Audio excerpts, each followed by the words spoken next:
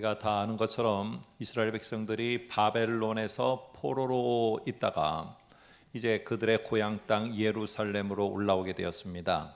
그런데 그 올라오는 것은 단번에 올라온 것이 아니라 3차에 걸쳐서 귀환해서 올라오게 되었습니다.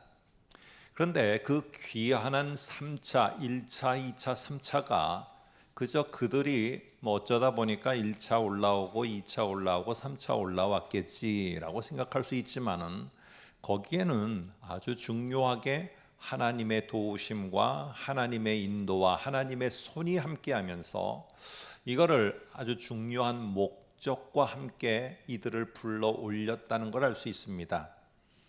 그래서 1차, 2차, 3차 때 주도적으로 지도자가 되어서 올라온 사람들이 있습니다.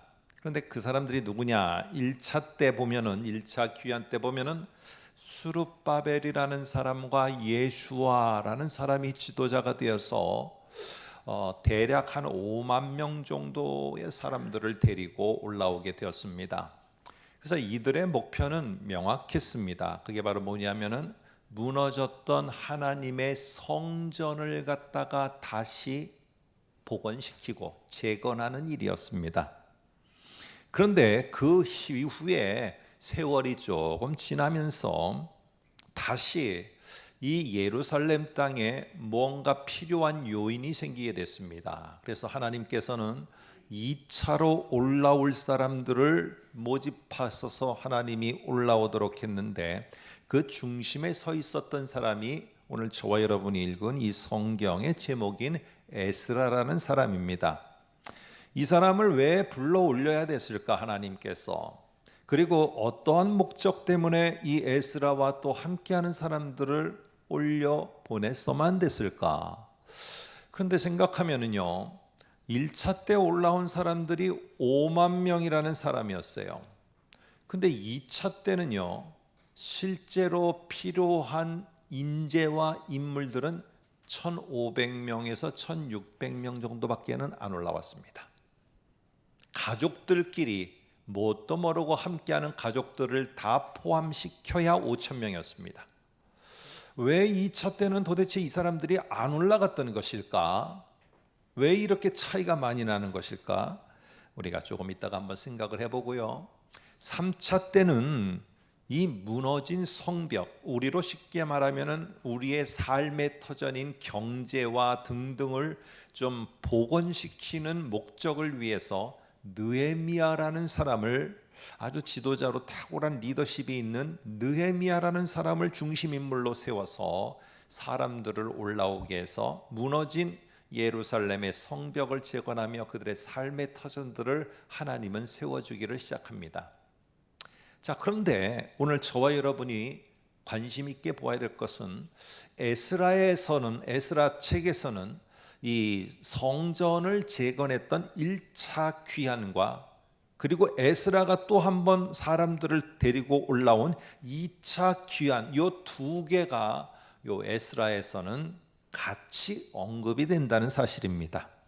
자, 그러면 하나님께서 명령하셔서 1차로 올라와서 성전이 재건되고 거기에 절기가 지켜지고 제사가 회복되고 이랬으면은 하나님께서 뭔가 좋은 복을 내려주셔야 되잖아요. 그거 힘들게 했는데, 그러면 정말 하나님께서 성전도 다시 회복이 되고 우리로 말하면은 예배당도 세워지고 다 사람들이 모여서 예배도 드리고 그 가운데 막 섬기고 봉사하는 일도 일어나고 이러는 일들이 있었으면은 그들의 삶이 좀 좋아지고 하나님이 복도 주시고 이래야 되잖아요.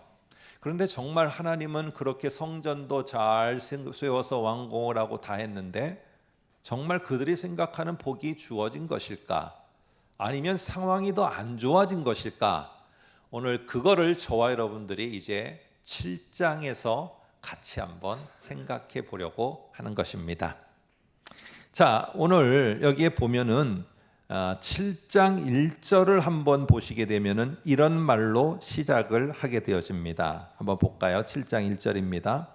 이 일 후에 바사왕 아다삭스다가 왕위에 있을 때에 라고 이렇게 말합니다.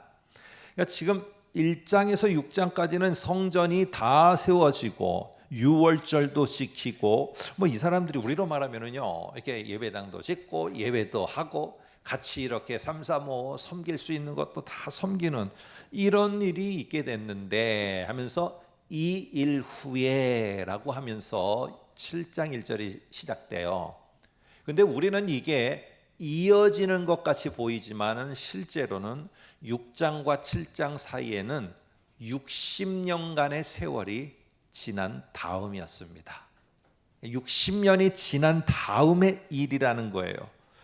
그럴 때 1차로 돌아온 백성들 생각해 보세요. 그 사람들이 뭐 30, 40대의 사람도 있었으면 60년이 지나면은요 90이 되고 다 늙고 기력이 쇠하고 그 중에 대부분은 다 죽게 되어졌고, 그리고 이 갓난아기 였던 자가 60이 되고 그 중에 중간에 있던 청년들은 노년이 되어서 기력이 쇠해됐고, 이 말은 무엇이냐?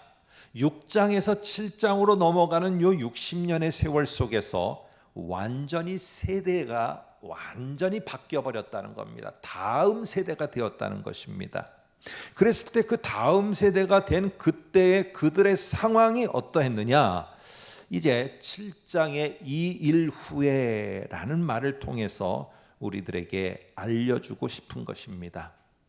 자, 그들은요, 이 자녀 세대들은 자기 부모 세대들이 성전도 다 완공을 하고 절기도 지키고 거기 속에서 제사도 있고 예배도 있고 섬기는 모습도 있었습니다.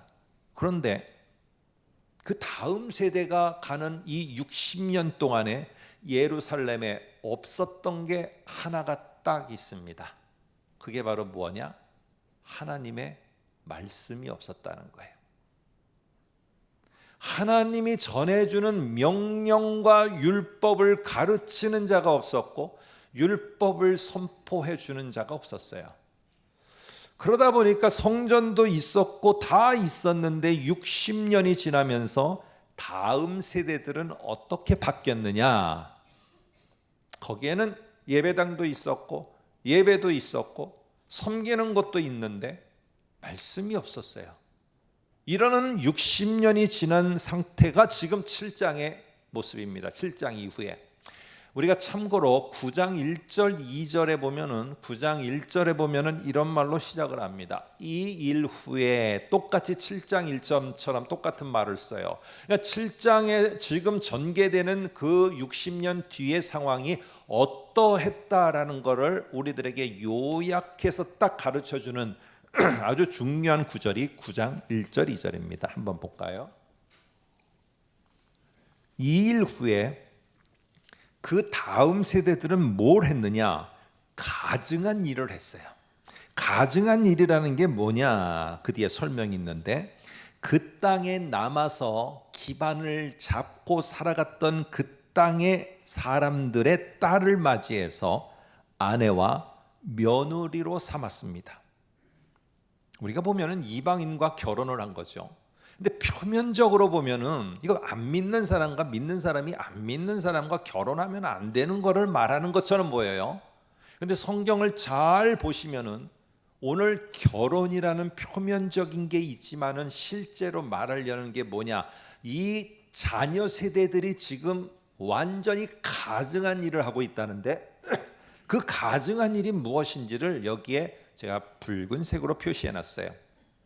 이 사람들은 원래 거룩한 자손이에요. 거룩한 자손이라는 게 무엇이냐면은 하나님은 거룩한 하나님이에요. 이 말을 다른 말로 바꾸면은 하나님은 구별된 하나님이요, 하나님은 다른 신들과 다르신 하나님이에요. 뭐가 다르느냐? 하나님은 제가 누누이 말했지만은 말씀을 하시는 하나님이에요. 아무리 제사도 있고 거기에 성전도 있고 절기도 있고 다 있어도 이거는 똑같이 이방 종교에도 있는 똑같은 거예요. 그런데 하나님 여호와와 이스라엘 백성 사이에만 있는 다른 게 뭐냐? 말씀이 있다는 거예요. 말씀이. 그런데 이 백성들은 하나님의 말씀을 들으면서 말씀으로 살아가야 될 자손들이 이게 누구냐?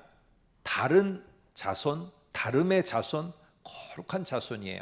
근데 이들이 어떻게 했느냐? 그 말씀이 없게 되어지자 그 다음에 그 지방 사람들과 서로 섞여서 그들과 동화되어서 그들처럼 살으려고 했어요.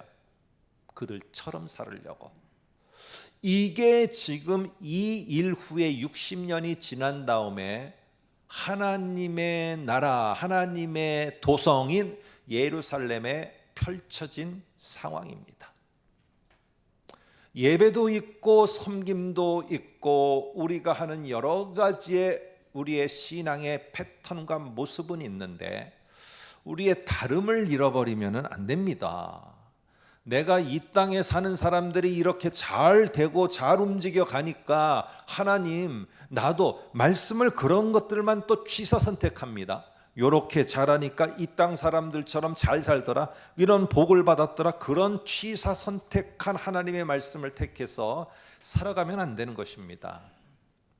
오늘 우리는요, 우리의 기준 자체가 다른 거예요. 그들처럼 안 돼도 우리에게는 프라이드가 있어야 되는 거예요. 그게 뭐냐? 너희에게 없는 나만의 다름이 있다. 나에게는 하나님의 말씀이 있다. 그러면 이 하나님의 말씀을 갖고 말씀을 따라 말씀이 뭐라고 하는지를 분명히 알고 살아가야 되는데 오늘 지금 60년간 이들에게는 하나님의 말씀이 없게 되자 결국에 그들의 선택한 것은 무엇이냐? 그 지방 사람들과 섞여 살기를 너무 원했던 거예요. 섞여 살 수만 있다면 너무 좋겠다. 이 나라에 내가 시민권을 갖고 살 수만 있다면 너무 좋겠다 하는 사람들처럼 섞여야지만 내가 이 땅에 어렵고 생활고에 힘든 이 문제를 해결할 수 있다는 겁니다. 그래서 그 땅에 살며 거기에 어우러져 살 수 있는 가장 중요한 핵심적인 방법이 무엇이냐? 결혼이에요. 결혼. 이 결혼이라는 겁니다. 그래서 지금 이들이 택한 방법이 결혼이라는 방법을 택한 겁니다. 그래서 이들은 어떻게든지 성전이 있고 예배가 있고 섬김이 있고 하면 뭐해? 이 가난해 갖고 생활이 너무 어렵고 너무 힘든데 이 땅 예루살렘에 와서 내가 왜 올라와 갖고 우리 부모 세대가 왜 올라와서 이 고생을 우리까지 전수하는지 모르겠어. 빨리 벗어나고 싶은 겁니다. 그리고 지금 부모 세대가 그 부모의 부모 세대로부터 계속 들었던 것은 무엇이냐? 솔로몬의 성전의 화려함을 들었습니다. 근데 성전이 완공된 다음에 보니까 솔로몬의 그 화려함은 어디로 갔는지 없고 초라한 모습밖에 없어요. 그러니까 패배의식, 나는 못하는구나, 나는 안 되는구나, 나는 이 정도밖에구나, 이러한 패배와 실패의식을 갖다가 자녀 세대에게 물려줬어요. 생활고는 생활고대로 어렵죠. 할 수 있는 일은 없다라고 생각하죠. 패배의식에 사로잡혀 있죠. 여러분, 그러다 보니까 지금 이들 다음 세대, 이 일 후에 다음 세대들이 겪고 있는 속에서 해결책은 무엇이냐? 이 땅에 있는 사람들과 결혼을 해서 아내로 삼거나 며느리를 삼아서 이 땅 백성의 일원으로 살아가는 모습이 내가 살 길이라고 택한 것입니다. 예전에 이스라엘 백성들이 출애굽을 해서 가나안 땅에 들어가게 됐을 때 어떻게든지 가나안 백성처럼 되려고 하니까 일단은 그들의 종교를 받아들여야 돼요. 그리고 가나안 여자들과 결혼을 해야 돼요. 이래야지 여기에 정착민으로서 내가 인정을 받을 수 있으니까. 하나님은 그렇게 하라고 가나안 땅에 들여보낸 게 아니에요. 너희는 그 땅에 들어갔는데 그 사람들처럼 되려고 하지 말고 달라야 된다는 겁니다. 내가 다른 게 무엇이냐? 광야에서 하나님이 내게 준 이 말씀을 갖고 말씀에 내가 한번 실천을 하며 살아가고자 하는 게 너의 다름인데 그거를 뒤로 하고 결국에 그 땅 사람들처럼 그 사람들의 삶의 방식을 따라가기 위해서 하나님께 간청을 하고 간청을 해서 가나안 사람처럼 되게 해달라고 하면은 이게 하나님이 출애굽시켜서 여기까지 인도하신 하나님의 의도를 모르고 있는 것입니다. 이게 지금 60년 동안에 벌어진 모습입니다. 여러분, 이럴 때 지금 하나님께서는 이들을 바로 세워줘야 되는 것입니다. 이들의 지금 이런 모습에 왜 그랬을까? 뭐가 부재할까? 하나님의 율법이 선포되고 명령이 선포되고 말씀이 선포되어야 되는데 그게 없다는 거예요. 지금 이 60년의 세계동안에. 그런데 이거를 회복시켜 줄 사람을 내가 보내야겠다 하며 바벨론에서 다시 바벨론에 살고 있는 사람 속에 찾을 때 이 일이 쉬운 일은 아닙니다. 누가 이 일을 하러 갈래? 이 일을 준비한 사람이 있어야 될 거 아니에요. 이 일에 또 자기가 헌신하겠다고 하는 사람이 있어야 될 거 아니에요. 여러분, 이 바벨론에서 돌아오는 귀환, 고향으로 돌아오는 귀환이라고 하니까 우리는 그 속에 하나님의 구원이 이루어졌다, 하나님의 놀라운 인도하심이 있다, 하나님의 이건 축복이다 말하는데, 이거는 우리가 몇천 년이 지난 저와 여러분이 생각하니까 그런 것이죠. 현실적으로 이들은요 그렇게 생각하지 않았어요. 이 터전을 다 잡고 우리들 자녀들이 다 여기서 직장생활 다 잘하고 있고 사업도 여기에 뿌리를 듣고 내 거래처가 다 있는데 이거 다 포기하고 무너진 돌무더기 속에 가서 그 돌을 갖다가 하나하나 치우는 일을 하라. 여러분, 여기에 헌신하며 나아갈 사람이 몇 명이 있겠습니까? 그러니까 1차, 2차, 3차로 하나님이 불러 올리려고 했지만은 사람들이 동요함이 그렇게 많지가 않았던 것입니다. 그런데요, 그럼에도 불구하고 이렇게 내가 또 불러 올리면은 과연 누가 와서 이 돌무더기 속에서, 돌무더기만 아니라 이제는 돌무더기는 조금 나아져서 성전은 됐는데 저 마음이 무너져서 모두가 부정적이고 다 안 된다고 말하고 이렇게 살 수 없다라고 하고 맨 말하는 게 안 좋은 말만 하고 다니는 이 사람들을 일깨울 사람이 누가 있을까? 우리 생각에는요 그렇게 할 사람도 없고 그렇게 자기가 희생해서 올라올 사람도 없을 것 같지만은 하나님은 준비시켰어요. 저는 그 준비된 사람이, 이런 상황이 우리에게 있다 할 때 그 준비된 사람이 저와 여러분들이었으면 좋겠어요. 우리 중직자들도 이제 선출하는데 모르죠, 어떤 분이 될지. 저는 근데 그 준비한 사람이 그들이었으면 좋겠고 저와 여러분이었으면 좋겠어요. 한번 7장 6절 저와 여러분 읽은 본문을 볼까요? 이렇게 말합니다. 이 에스라가 바벨론에서 올라왔으니 누가 올라가겠어? 그 힘든 일을 누가 하겠어? 모두가 말하지만 올라가는 사람들이 있더라는 거죠. 에스라가 바벨론에서 올라왔으니 그는 이스라엘의 하나님 여호와께서 주신 모세의 율법에 익숙한 학자로 그의 하나님 여호와의 도우심을 입음으로 왕에게 구하는 것은 다 받은 자이더라. 하나님의 도우심을 받아 이러한 험한 일에 오겠느냐? 누가 오겠다고 하는 자가 있더라는 것이죠. 누구냐? 에스라라는 사람이에요. 에스라와 함께한 나중에 올라온 실제적으로 일하는 사람은 한 1,500명이 올라옵니다. 나중에 가족들까지 다 합치면 5,000명 정도예요. 근데 앞에 올라간 사람들은 5만 명이에요. 근데 실제로 일하는 사람은 1,500명, 5만 명 대 1,500명. 얼마나 두 번째 올라간 사람들이 적었습니까? 왜 적었을까? 아무리 시대가 바뀌지 않고 물론 차이가 있다 할지라도 정보가 있었을 겁니다. 여기 올라오니까 쌩 고생이다. 왜 올라왔는지 모른다. 이게 우리가 했는데 아무 효과도 없고 우리에게는 더 어려운 일만 벌어진다. 여러분, 이런 말을 안 전했겠습니까? 이 60년의 세월이 지나면서 다시 올라가고 싶은 마음이 그 남아있는 사람들에게는 더 위축돼서 안 됐을 것입니다. 그런데 하나님은 그래도 그 사람들 가운데 올라와서 이 힘든 일을 할 자가, 준비된 자가 있을 것이다. 그런데 그 자가 누구냐? 오늘 우리 본문에 소개된 에스라라는 사람이었습니다. 그리고 그와 함께한 1,500명의 사람들이 있었어요. 근데 여기에 잠시 우리가 눈여겨보면은 두 단어를 노란색으로 해놨습니다. 하나는 먼저 보면은 모세라는 말이에요. 이 에스라를 소개할 때 율법에 익숙한 학자라고만 말해도 됩니다. 근데 왜 모세라는 말까지 이렇게 구체적으로 언급을 했을까요? 저와 여러분뿐만 아니라 이거 에스라를 읽고 있는 모든 사람들이 이 모세라는 말을 딱 듣는 순간에 우리는 어느 시대를 연상할 수 있겠습니까? 예, 맞습니다. 출애굽 시대예요. 출애굽 시대를 연상시키려고 이 중요한 단어 모세를 갖다가 여기에 언급을 하고 있습니다. 뿐만 아니라 여기 보니까 7장 6절에 이 에스라가 바벨론에서 올라왔다. 자, 바벨론에서 올라왔어요. 이 말이 출애굽기 13장 18절에 보니까 화면 바꿔주세요. 출애굽기 13장 18절에 보니까 장면이 비슷해요.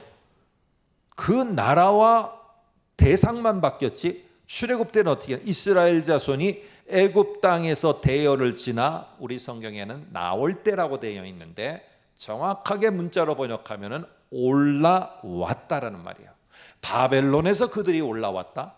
이집트에서 애굽에서 올라왔다. 똑같으면서 이거 지금 뭔가 자꾸 우리로 하여금 모세라는 말, 그 애굽에서 올라왔다는 말 자꾸 우리를 출애굽대로다가 생각나게끔 하는 거예요. 출애굽대를. 하나 더 볼까요?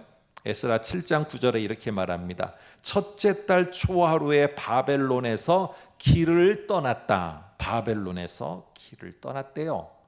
그런데 이게 민수기 33장 3절에서도 그들이 첫째 달 15째 날에 람셋, 이집트에 이 이스라엘이 살던 지역, 이 람셋을 떠났다. 내용이 비슷해 보이죠? 자, 왜 이렇게 에스라는 출애굽 때 있었던 그 지도자의 이름을 말하고 왜 그때의 장면을 갖다가 비슷하게 말하고 있을까요? 여러분, 하나님이 이스라엘 백성을 이집트에서 올라오게 하고 떠나도록 하게 하신 목적이 뭐라고 생각하십니까? 마음으로만 대답하세요. 제가 틀렸다고 할 거니까 마음으로만 대답하셔야 됩니다. 또 자신 있게 가나안에 들어가게 해서 하려고요 하면 제가 틀렸습니다 라고 할 거니까 마음으로만 그렇게 하세요. 표면으로 보면은 그렇죠. 가나안 땅에 들어가게 하려고. 그러나 실제 하나님의 중요한 목적은 출애굽기 19장에 있습니다. 나의 신부가 종살이하고 있는데 그 신부를 이집트에서 꺼내와서 결혼식장인 그 광야에 세워서 하나님이 뭐라고 말씀하시느냐? 나는 너희의 거룩한 하나님이고 너희는 나의 거룩한 백성이다 라고 말씀하십니다. 한마디로 이집트에서 이 쨉쨉구리한 이 여인을 데리고 온 목적은 무엇이냐? 나의 거룩한 백성 만들기, 이게 목적입니다. 그래서 이렇게 만든 당신의 거룩한 백성 이스라엘은 달라야 되는 거예요. 뭐가 다르느냐? 항상 움직여갈 때마다 모든 기준은 하나님의 말씀이 되어야 돼요. 이게 하나님과 이스라엘 백성의 관계를 유지하는 방법이에요. 이 말씀이. 그래서 이렇게 하나님이 이 학교, 광야라는 학교에서 이 이스라엘 거룩한 백성이 뭔지, 말씀을 가지고 사는 게 어떤 것인지, 왕은 저 땅에 들어갔을 때 어떻게 하고 백성은 어떻게 하고, 이거를 광야 학교에서 열심히 가르친 겁니다. 하나님이. 그래서 가나안 땅에 들어가게 하신 것은 왜 그러느냐? 내가 너희를 거기서 종살이한 데서 해방해서 잘 살게 하려고? 아닙니다. 가나안 땅에 들어가게 한 것은 무엇이냐?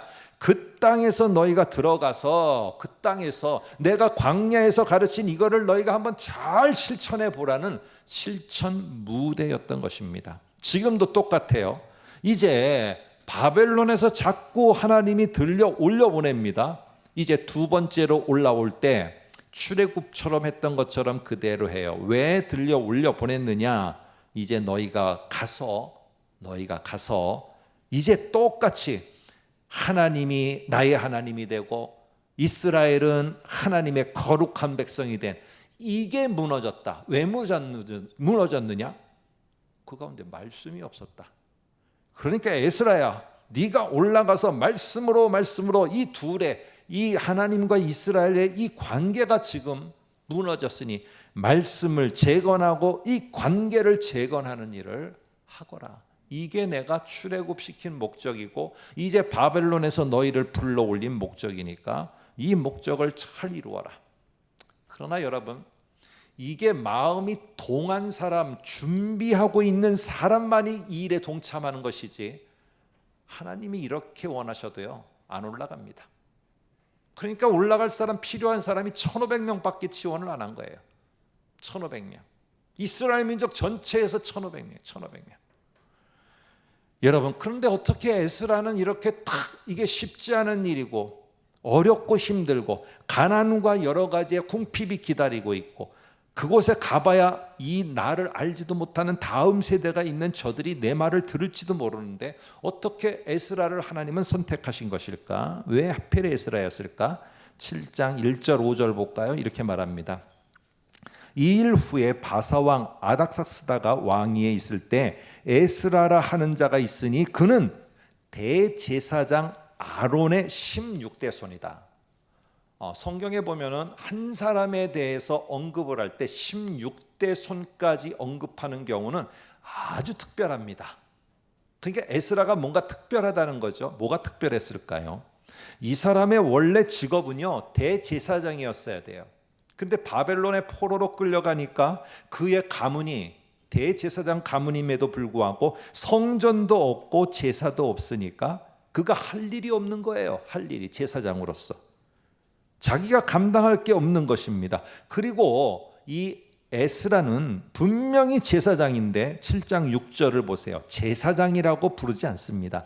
이 에스라가 바벨론에서 올라왔으니 그는 이스라엘 하나님 여호와께서 주신 모세의 율법에 익숙한 학자다라고 학자라고 말합니다. 학자라고.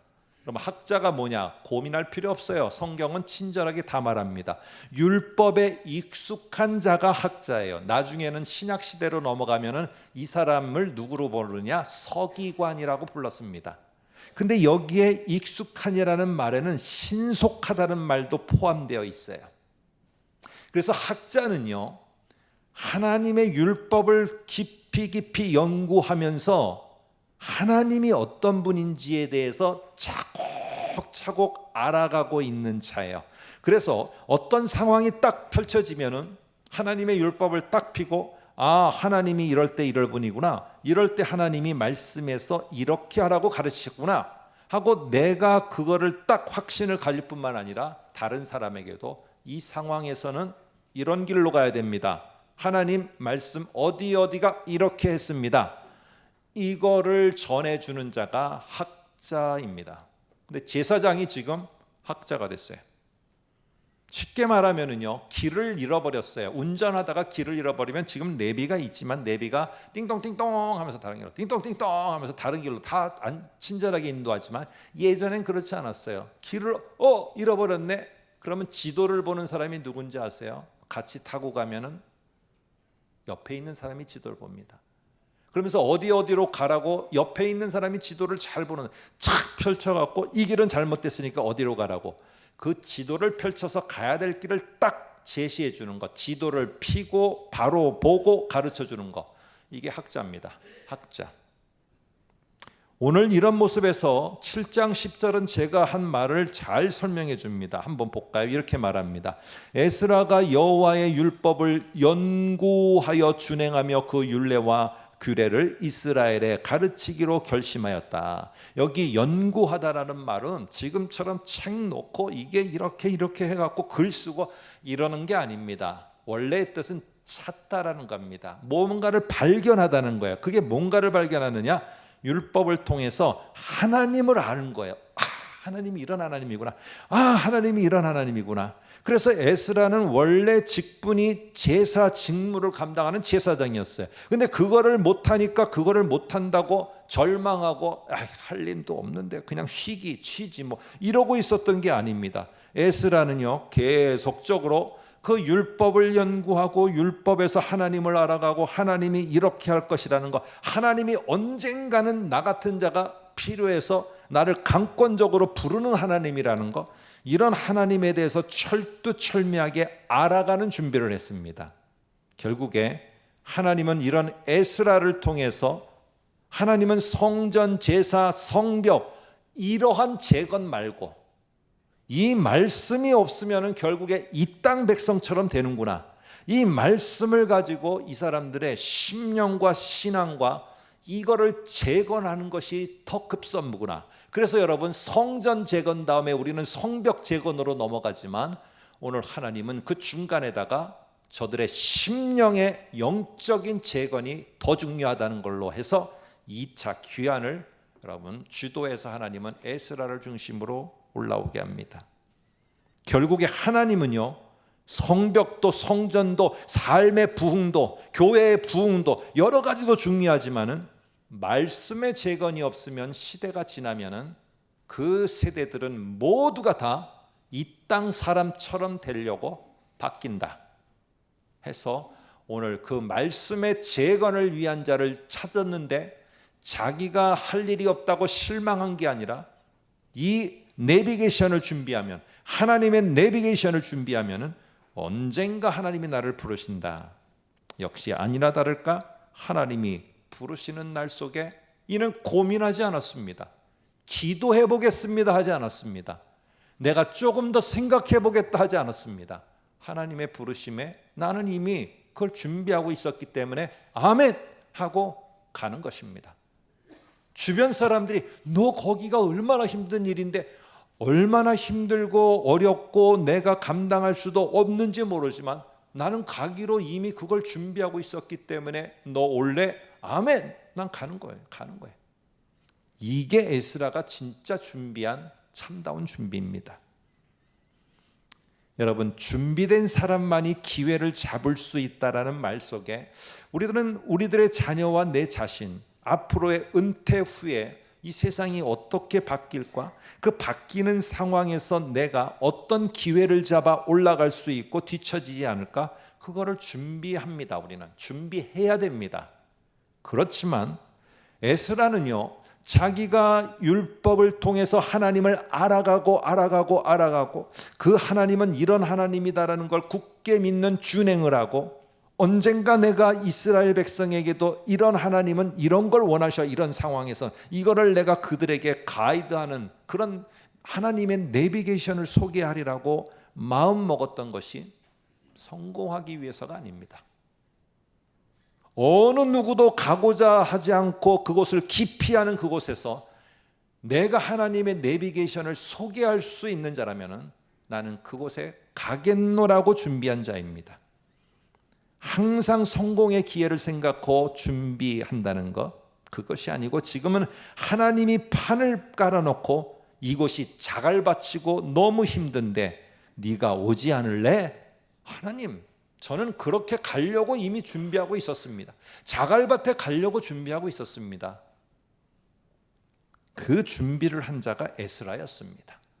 학자로서 학적으로 지식을 준비한 게 아니라 언제든지 부르면 예스, 아멘 하려고 이걸 준비한 자가 에스라였어요. 결국에 에스라는 고민하지 않았습니다. 어떠한 소리 속에서도 저기에 오는 정보도 듣고 다 들었는데 정보를 따라서 나를 결정하지 않고 하나님의 내비게이션 말씀을 따라 나를 결정하는 훈련을 했고 준비를 했습니다. 결국에 그것에 따라서 하나님의 부르심 속에 2차로 귀환하여서 예루살렘으로 올라가 뒤에 보게 되면은 신앙의 부흥운동을 일으켜 하나님의 사람들을 정말로 영적 대각성이 일어나게 하고 회개가 일어나게 하면서 그들을 세우는 중요한 역할을 합니다.